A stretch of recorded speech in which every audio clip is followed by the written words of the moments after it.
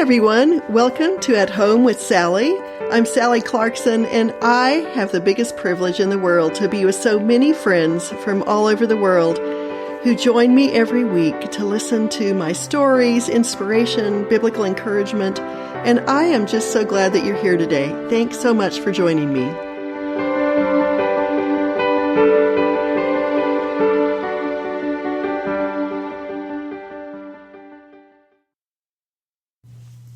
Hi, my friends. It's Sally Clarkson. Welcome to At Home with Sally and Friends. As many of you know, I have had hip surgery in the past week, and when I entered into it, I had zero idea of how it was going to be for me. Why in the world did they tell you that it would take 6 to 12 weeks to recuperate? And I thought, it won't take me that long. Oh, famous last words. Well, anyway, I have to say I have benefited from so many messages and cards, and it seems that I always have an array of goodies to eat, and some of my friends have bought meals, and someone sent me a gift card today, and if it's you, I have noticed occasionally that when someone sends a little something from Amazon Prime, they don't always put the card on it, so I never know who it's from. So if you are the precious person who sent me a little tea time today, it was a chocolate cake and little flowers, and a bouquet of flowers, and a box of my favorite tea. So thank you to everyone. I want to know who you are so I can thank you. But more than anything, I have been overwhelmed. I've never had surgery. I had a tonsillectomy when I was 5, and then I had a little tumor taken out, a benign tumor, when I was 28, and that's it.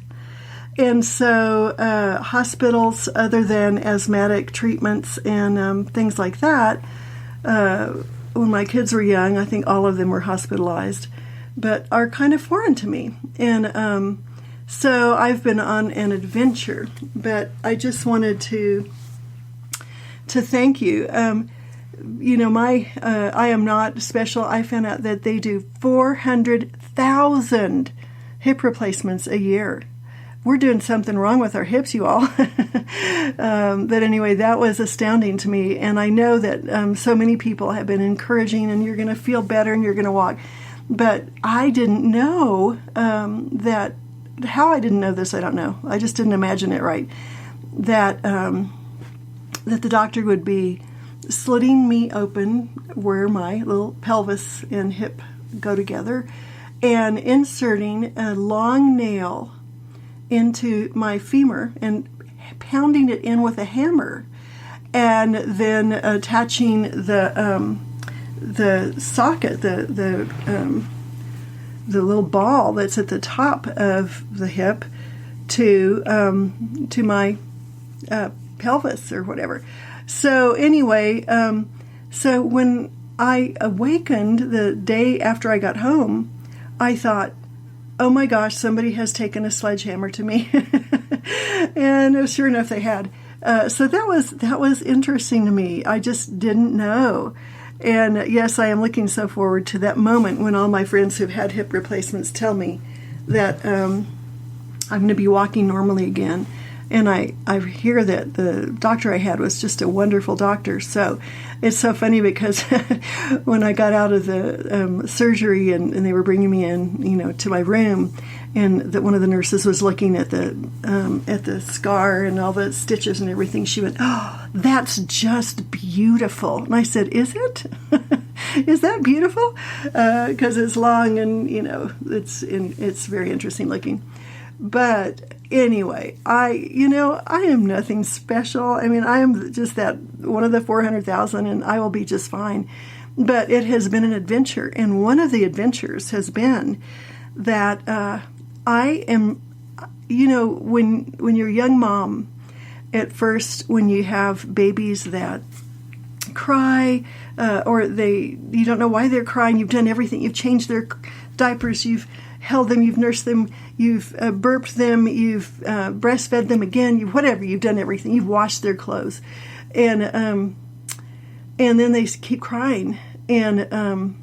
But then once you get the hang of it and you figure out what your baby needs for comfort, and you figure out how to get them to sleep eventually, and you figure out all of their little needs, then you add more babies, and you can get more accomplished, and you can move out with a lot of skill. And I look at my life.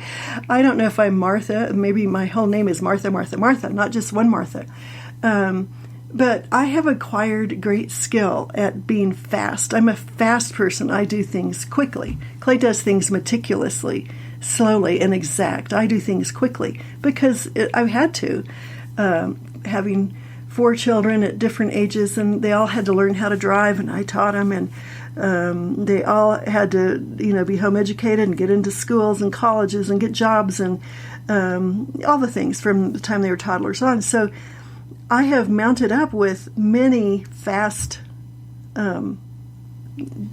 fast opportunities. I mean, I'm just really fast at heart, and so I have mainly been sleeping for several days. I mean, I stay in bed because I'm on some high pain medication, and the doctor's monitoring and all that. But then I just sleep and sleep and sleep, and then I don't even have enough interest to do anything interesting. And it's been an adjustment to me. And I was realizing that there are so many times in life when we all have to adjust our expectations to life's exceptions. And so it was so funny because I thought, a couple of days ago, I thought, okay, I'm going to get dressed and I'm going to attack the stairs, because I've been downstairs in our basement where there's a little kitchenette and there's a couch and a television to watch movies, and Clay has his office there, so he could just take care of me all day long and downstairs. But I thought, I need to put on some clothes today and mount up with my crutches up the stairs and sit in my quiet time place and have a quiet time. Well, wouldn't you know, I mean, I think God has such a sense of humor. I have a little book that I read that's 365 days a year. I have a variety of them.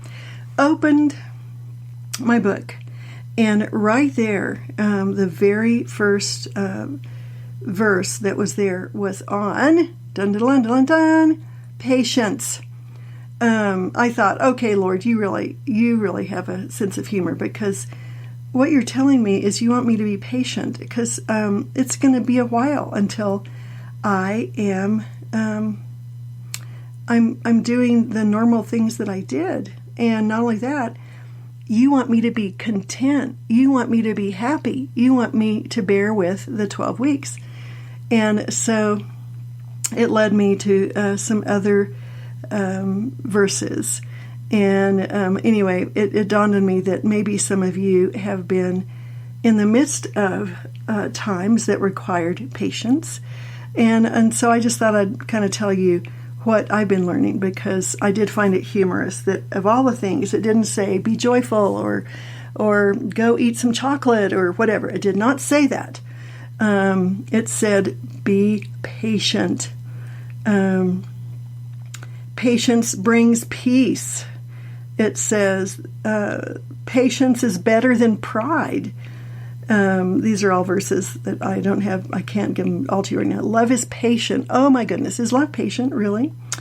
Boy, Clay has been patient with me, because I can't hold 2 crutches under my arms and hold anything else. So even for a cup of tea, my little bag of makeup, my notebook, my journal, my pen, everything. I finally started wearing a bag around my neck that I take up and down with me, so I can actually carry a few things. You must also keep patient. Keep your hopes high, for the day of the Lord, the day that the Lord is coming is near. There's just so many wonderful things on patience. Do not be anxious about anything, but in everything by prayer and supplication, with thanksgiving, let your requests be made known to God, and the peace of God will guard your heart. Rejoice in hope, be patient in tribulation, be constant in prayer. And so I am learning to walk slowly, even if there's 100 people behind me. I am learning to just sit and ponder life. For some reason, my brain is empty, probably surgery, medication, all these other things. So I can't even think profound thoughts.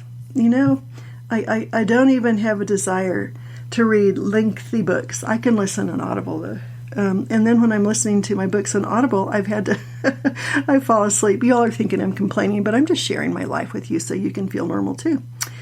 But anyway, I was thinking about you today, and I was reading this quotation. You might see in my picture, I have keep calm and carry on.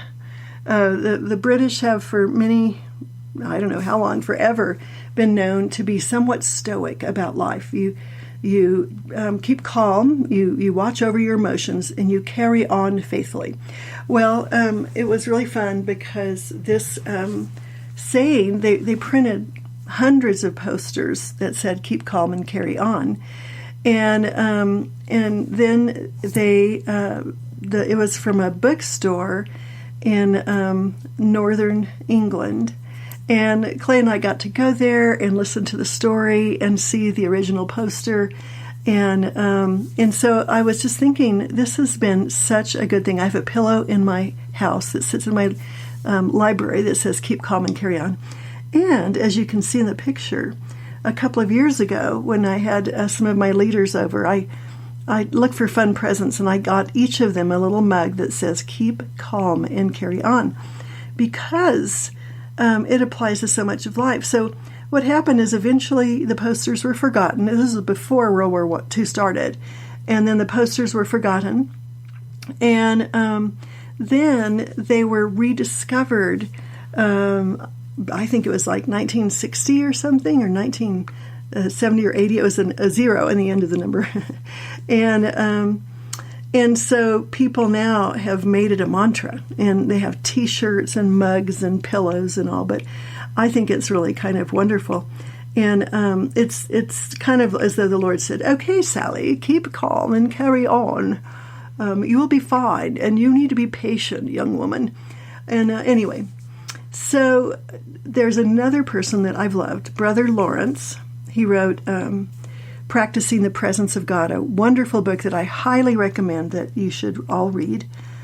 And he was just a common priest or common layman in the church, and he was the one who did the hard work. He washed the dishes, he cooked the meals, he swept the floors. He wasn't a prominent person, but the whole book is about practicing God's presence wherever you are, whatever you're doing. And I've been kind of lured back into that whole sensibility. I've been thinking, I think I've been so busy and crazy and had deadlines. And of course, I just did my launch, and I just moved back from overseas, and now I'm getting ready. Clay and I are working on another book together. He's doing the bulk of it while I lie in bed. And so I've been thinking about, what am I doing to cultivate the presence of God in the midst of my life, that, maybe this is really good for me to not have lots to do and to get back into my habits of mind so I can think more about the Lord. But anyway, he said in his book, Practicing the Presence of God, we ought not to be weary of doing little things for the love of God, who regards not the greatness of our work, but the love with which it is performed. God cares not about the things that we accomplish, but he cares about what love is in our heart when we perform these duties. So we can perform duties without love, but it's really not meaningful to God, because what he wants is our heart and our soul. And I think somebody might be coming to my door. Oh, yes, they actually are. So I will continue this in just a few moments. But I hope this is making sense to you. So, my friends, I'm back. I had a pretty long visit with another lovely friend who dropped by. And which actually made me want to change just a little bit the trajectory that I'm going with in this podcast. But I think that we are all at a different place. Some of us are running as fast as we can. We think, oh, if I just had some time to rest. Some of us are depressed. Some of us are at the pinnacle of our lives. And so, but in every single place, God is there. God cares for us. And I've really been realizing lately that so many, especially of my precious, wonderful millennial friends, lives have been shaken and torn apart in all that's happened in the past couple of years. And I feel like even with my children, they continuously need some anchors, some assurance that prayer can be answered, that God is faithful, that, I think that a lot of people have been shaken. And so as I say some of these things, they're really important. And again, Brother Lawrence was one of these faithful people who wrote this beautiful book in a time where he said, no matter what's happening in my life, if I do it out of a love for God, then God will consider that as my righteousness. In other words, the love with which I perform my life, wherever I am, matters most to God. I think, we all look at the world and it's just brimming over with philosophies and values that proclaim the importance of self-fulfillment, self-satisfaction, self-promotion. We're living in a world that has an accomplishment status. If you have the car, the house, the salary, even control of your life, if you have control of your weight, if you have control of the messes in your house. And I have to tell you that in my own life, because we did have a lot of moves, and we did have children who were very sick with asthma and respiratory problems and pneumonia, things like that. I carried it. I gave it to them. That's what I had when I was younger. And so there were times when you could walk through our house and just see asthma atomizers and medicine bottles and buckets for throw up or whatever. And there were times when my house was just fine. It's a constant up and down. But the world says, no, you really need to be on top of things. You need to be in control. I think that is one of the illusions that we are ever in control. I had my whole year planned. Last year, we were going to take our sabbatical, and then we were quarantined for most of the year, just like all of you were. And then I had this year planned, and then my hip surgery took us totally out of everything that we were doing. And I see a lot of women, I get a lot of letters from people, and I really need to do something on child discipline and love at some point, but I see a lot of women, or I get letters from them who say they don't want to be, but they're angry at their toddlers for behaving like babies. They are babies. Or they're angry at how much they have to discipline their babies and toddlers. And I think, no. You need to love them. You need to serve them by loving them as Christ would have you. You need to be tender. You need to know that every single ounce of your giving love and humility and gentleness to them is going to open their heart to be ready to be trained when they're age appropriate. We look at Christ and we see that he came as a man who had no stately form. Stately form would be a king, somebody who, when you looked upon them, they had their scepter, their crown, their robe. Jesus came with no stately form or majesty. When people looked at him, they did not know he was a king. He was a man of sorrows, a man who saw the sorrows of people, carried the sorrows. He was acquainted with grief.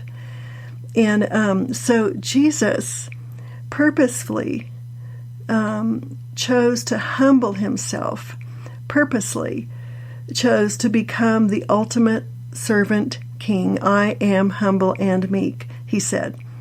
He came not proclaiming his rights, but bowing his knee. He washed feet, he touched lepers, he embraced and caressed the least of these precious children who he deemed worthy of honor. He took them in his arms and blessed them. When we accept with open arms a hip surgery, a heart in the precious little baby who cries a lot, when we wash their little hands and feet with love in our hearts, we are worshiping. When we hold and rock and sing comfort into the heart of a screaming babe in the middle of the night during an ear infection, we become the voice of Christ. When we stay up late to listen to the forlorn heart of a teen who is growing and stretching towards adulthood and the injustices of the world and the imperfection of our own families, and we extend grace and patience and soothing, hopeful words, we become the patience, the hope, the compassion of Jesus. Our multitudinous little tasks, washing one more dish, correcting one more attitude with gentleness, kissing one more forehead, when given from a heart full of love for Christ, pleases him far more than if we made millions and had little of strategic importance. You see, Jesus modeled what he wanted us to know was important: the serving, the loving, the giving, the bowing our knee. Nathan is so good. This is what he's the best at. I mean, he's so good at so many things, but he gave me a little figurine on Mother's Day a few years ago, and it was, you've seen these little figurines. It's a boy holding out his heart, and he gave me a card, and he said, "Mama, you held my heart in your hands. You shaped it with your love every day, every task, every minute of serving us kids. And Mom, for that reason, you will always be in my heart, speaking to me of all the treasure you poured in one day at a time. Now that I'm in Hollywood, I see so many kids who are lost, who don't have anchors to their soul, who didn't have parents who held them, who loved them, who served them. And I realize that you have given us an anchor, a foundation in the midst of the storms of a secular culture. Thank you, Mama. When you see this little boy holding his heart out, know that you still have mine." And Nathan and I are still best friends. He's the one who dives, he jumps into secular arenas and goes through with a sword. You know, he's that kind of boy. But he talks to me, he calls me. He still depends on the friendship that we have that was built through tiny little acts of love all through his life. So what is accomplished in the little moments that require waiting, lying in bed, praying for my friends, acting in patience, is where the real legacy of relationships and passing on truth takes place. Love Christ today. Love those he has given you to serve today. And know that your little acts of love are reaping a harvest of faith and faithfulness in those you are serving. Dear Heavenly Father, I'm just so grateful for these precious ones. Thank you, Lord, that you know where they are. Thank you that they have chosen this life of serving and giving and loving and tending to and nurturing and watering the garden of their children's souls. And I pray that this message that you've given to me, for us to be patient. You say farmers have to be patient for the harvest. And there's so many ways to be patient in life, Lord.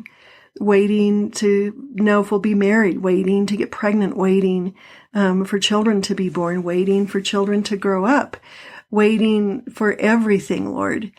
I pray that as my precious friends wait right now, that they will be able to dwell in the land and cultivate faithfulness, that they will fret not, that they will rest and feel your love and your hope and your goodness. What treasures they are storing up in the hearts of their children, who will turn back around and say, "Thank you, Mama. Thank you, Daddy, for being the faithful person in the midst of my life."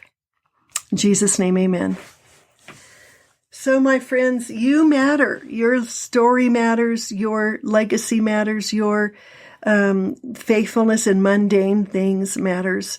My being still in my bed and being content matters. Whatever you're bearing right now. And thank you. I've gotten so many heartfelt messages about Help I'm Drowning. Because I do think that sometimes you don't even know that you're drowning. Sometimes you aren't even aware of how many things you're bearing. I've had 2 friends this week. The one thing that's nice about having people bring me some food is that I hook them and I say, "Can you stay and visit for a while? And just want to know 15 minutes how you're doing." So I've had some really quiet moments with some of my friends this week, and several of them are bearing mysteries. In other words, they don't know what's going to happen in their lives or the lives of their children. They are living under pressure. They are living under lots of tasks. But it's been really helpful for me to realize I need to have time to pray with them, pray for them. And so I hope that Help I'm Drowning makes you feel seen in the midst of all that you are living through in your daily life, and knowing that struggle is normal, that sadness is a part of reacting to life, and that perseverance in acts of love, little acts of love, are the ways we keep taking steps forward. All right, my friends. Well, I hope you have a wonderful week. Thanks again for all of the messages, the gifts, the food. I feel so overwhelmed. I'm so grateful. And if you'd pray that I would figure out how to be patient. It's not so much patience. I just, when I'm in a lot of pain, I'll think, is that normal? Is that not normal? And, that's just how it goes in most of life. We all have questions. So anyway, thank you for all your love and faithfulness and attention. And I pray for you all through the week. And when I'm lying in my bed, I think of you. God bless you. I'll talk to you soon. Bye-bye. I hope you've enjoyed our time together today and that you'll join me next week. Be sure to look for more inspiration on my blog at sallyclarkson.com. Thanks for joining me. Bye-bye.